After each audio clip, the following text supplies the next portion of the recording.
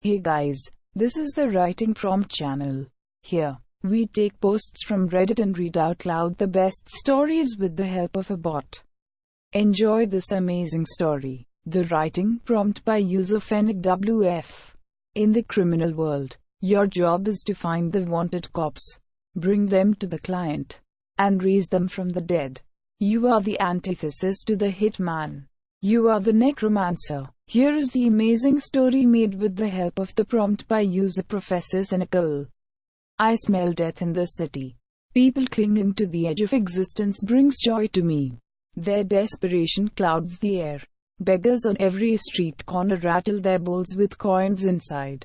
Rats, cats sent to eat the rats, and dogs sent to eat the cats. All pilfer together from knocked over garbage bins. My form seems frail, but that's what I want people to think. My ivory cane clicks on the cracked asphalt as I walk down the street. Neon light reflects off my cane's polished ivory. The club sign, Rome, breathes purple neon color into the dark sky above us.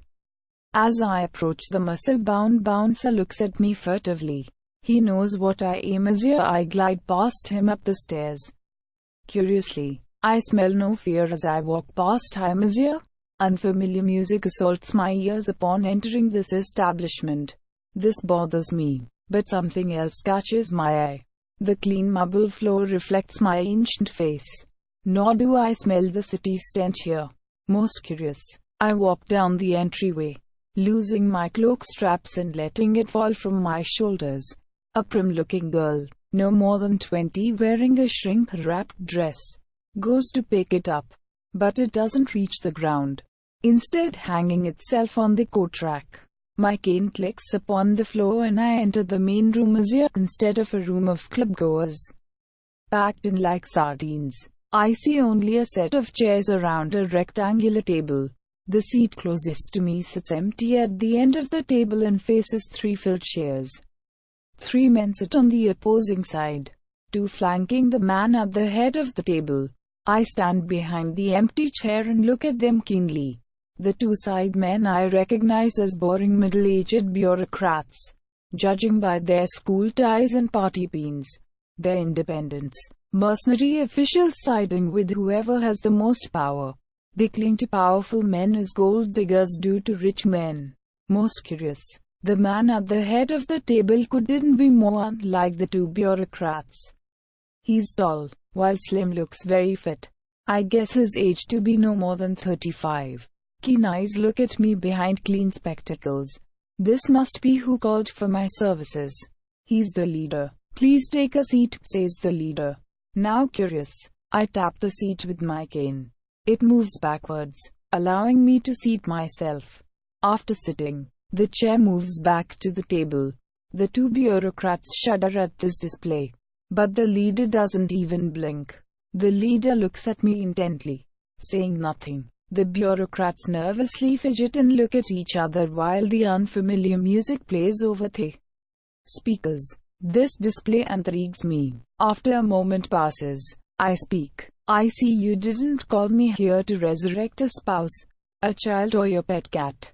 You want something else, don't you? Quote. The leader smiles. He says, an astute deduction. I called you here for a more interesting task. One more befitting your talent. Necromancer. The bureaucrats' jaws drop. One of them stammers. What? We could be shot if caught with a necromancer. He fearfully silences himself at cold glare of the leader. Both bureaucrats grovel in their chairs, as if they could hide in the center of this club floor. You must know I am the best then. Only the most desperate are willing to call for me. Or in your case, the bravest. What task do you want me to perform? Quote. The leader snaps his fingers.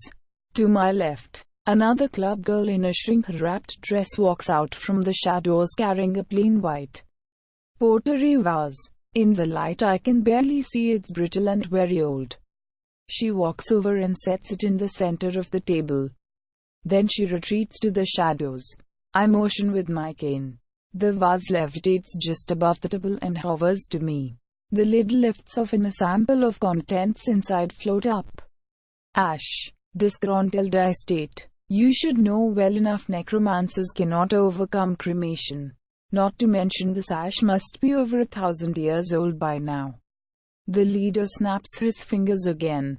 From my right, another club girl emerges from the shadows carrying a leather-bound tome.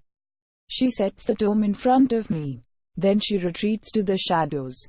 I do know that cremation prevents resurrection. That is, unless you have the Necronomicon, says the leader.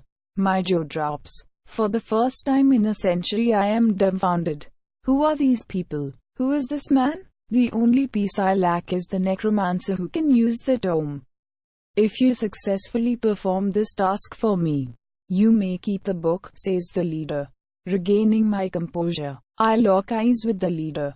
His eyes show sincerity, but also conviction. Whose ashes are these? Quote, I ask. The leader who will uplift our society from these dark times.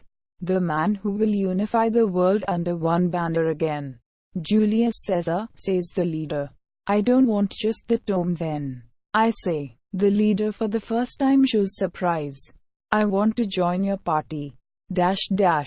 Check out our Professor Cynical to see more stories by me, including my current serial, The Heretic Skull. https www.reddit.com/r/professorcynical/5A67A9F5-E547-40-84-054596E7FT.